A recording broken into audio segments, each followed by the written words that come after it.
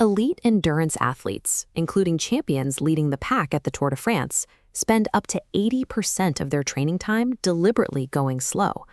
This reality contradicts the standard gym culture, where many believe a workout only counts if it involves intense physical suffering and exhaustion. But scientists define this specific low-intensity effort as Zone 2 training. Intentionally throttling back your pace physically rewires the human body's cellular energy systems to dictate your overall longevity. To understand why this matters, we have to look at VO2 max. Cardiorespiratory fitness is the maximum volume of oxygen your body can utilize during exercise, and the American Heart Association now recognizes it as a crucial clinical vital sign. This chart shows the inverse correlation between rising VO2 max levels and decreasing mortality risk. A low aerobic capacity is a well-established predictor of morbidity and death. Targeted aerobic exercise serves as the most effective lever available to improve this specific metric. Improving your VO2 max through prolonged, low-intensity training is one of the most statistically proven methods to extend your lifespan. To see the mechanism behind this, we need to zoom down to the microscopic level and look at our mitochondria.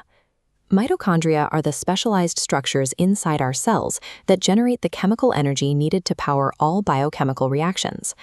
The daily energy requirements of those cells are staggering.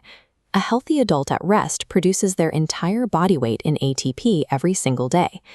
ATP, or adenosine triphosphate, is the primary molecule that stores and transfers energy within our biology. This diagram shows the complex pathways of the citric acid cycle.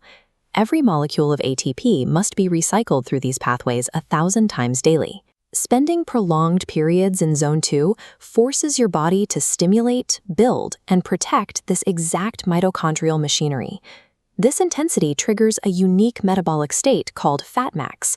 Fat max is the point during exercise where the body relies on stored fat as its primary fuel source, rather than burning through carbohydrates. Training in Zone 2 builds a massive, efficient cellular engine.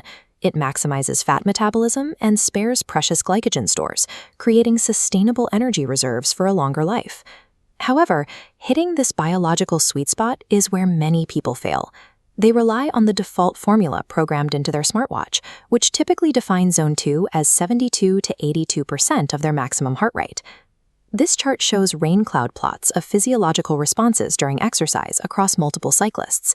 It demonstrates massive inter-individual variability, revealing a 29% variance in where true Zone 2 falls.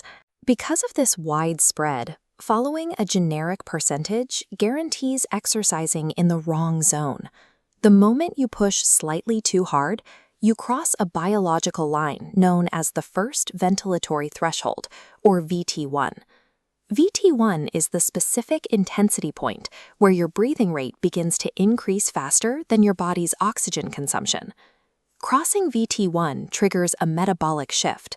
The body begins to move away from fat oxidation and relies heavily on carbohydrates for rapid fuel.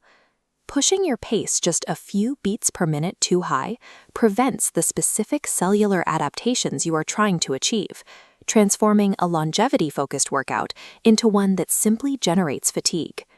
Finding your true Zone 2 requires you to bypass age-based math and identify personalized physiological markers. The gold standard is individualized clinical lab testing. An accessible alternative to the lab is the talk test. As long as you can comfortably hold a continuous conversation while exercising, your effort is remaining safely below your ventilatory threshold. Once you identify that pace, you can implement Moderate Intensity Continuous Training, or MICT. MICT is an exercise protocol focused on accumulating a high volume of work at a steady, strictly managed intensity. Because the intensity remains below your physiological stress threshold, the body can handle the massive volume of exercise required to accumulate permanent cellular upgrades. Relying on a universal heart rate zone often fails to account for the unique physiology of the individual. This diagram shows two athletes at identical heart rates. The left flows smoothly, indicating efficient fat metabolism, while the right flashes erratically, shifting to carbohydrate oxidation above VT1. Despite identical monitor numbers, one athlete builds longevity, while the other generates exhaustion. Mastering cellular efficiency through disciplined, personalized restraint is the key to cardiovascular health and an extended human lifespan.